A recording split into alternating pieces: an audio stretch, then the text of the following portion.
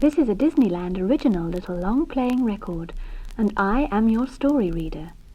I am going to begin now to read the story of Davy Crockett.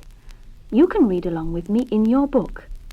You will know it is time to turn the page when Tinker Bell rings her little bells like this.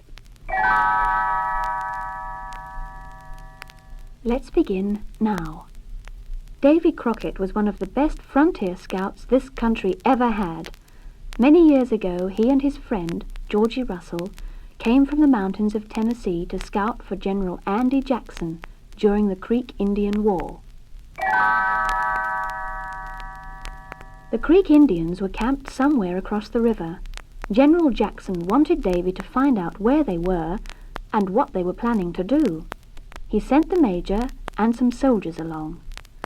Davy didn't want company. He and Georgie could do a better tracking job by themselves. They all crossed the river and quietly made their way through the brush. It was slow work, but it was the best way to get close to the Indian camp without being seen. The major got tired of crawling in the brush. When he came to a wide trail, he wanted to take it. Davy told him it was risky. They might be discovered. The major decided to use the trail anyway. A little later, Davy and Georgie heard war drums. They followed the sound and found the creek camp. The Indians were getting ready to go on the war path. "Let's go back and find the major," said Davy. They backtracked through the brush and heard shots. The major was in trouble. He had blundered into a group of Indians on their way to join Chief Red Stick. He and his men were surrounded. "We'll have to scare them off," said Davy. He had a trick in mind. He walked some distance away from Georgie. "Company A, charge from the rear!" he shouted. "Company B, advance!" yelled Georgie, far away. The trick worked. The Indians thought the whole regiment had come to the major's aid. They retreated in confusion. Davy and Georgie stepped out from the bushes. "Where are the others?" asked the major.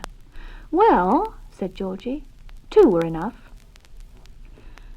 Davy and Georgie went back to the general and told him the Indians were preparing to attack. Following Davy's lead, the general and the regiment crossed the river and surrounded the camp. If they could capture the tribal leaders, the Indians would have to listen to reason, and a treaty might be arranged. Davy, Georgie, and some volunteers stole into the camp. They captured all the leaders except Chief Red Stick. Before they could catch him, 2 Creek warriors jumped Georgie. Davy took care of one of them, while Georgie fought the other. Then Davy saw Red Stick getting away and went after him. "Wait! I want to talk to you," he said.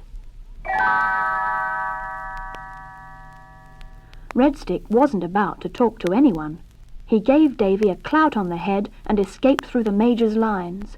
The major and his men were busy reloading their guns and couldn't stop him. General Jackson knew there could be no treaty made without Chief Red Stick. He told the major to take his men and go after him. Davy was to be the guide. "The major and I don't quite agree on how to hunt Indians," said Davy.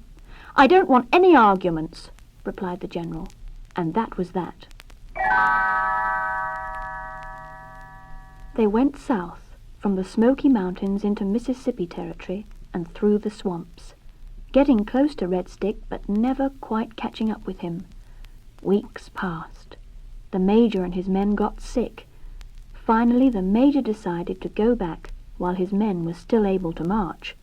Davy and Georgie went on alone.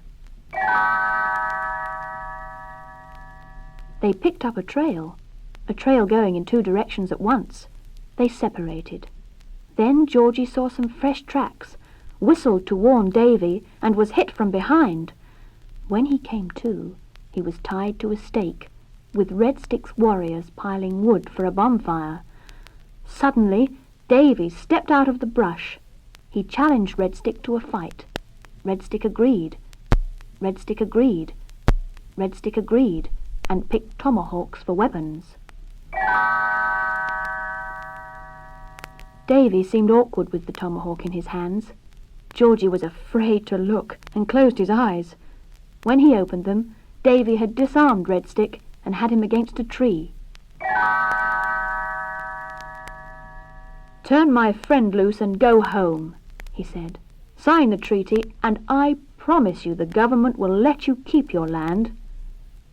Red Stick knew that Davy Crockett was a man of his word. He made peace. Davy and Georgie went home. Davy kept his promise. All his life he did everything he could to help the Indians.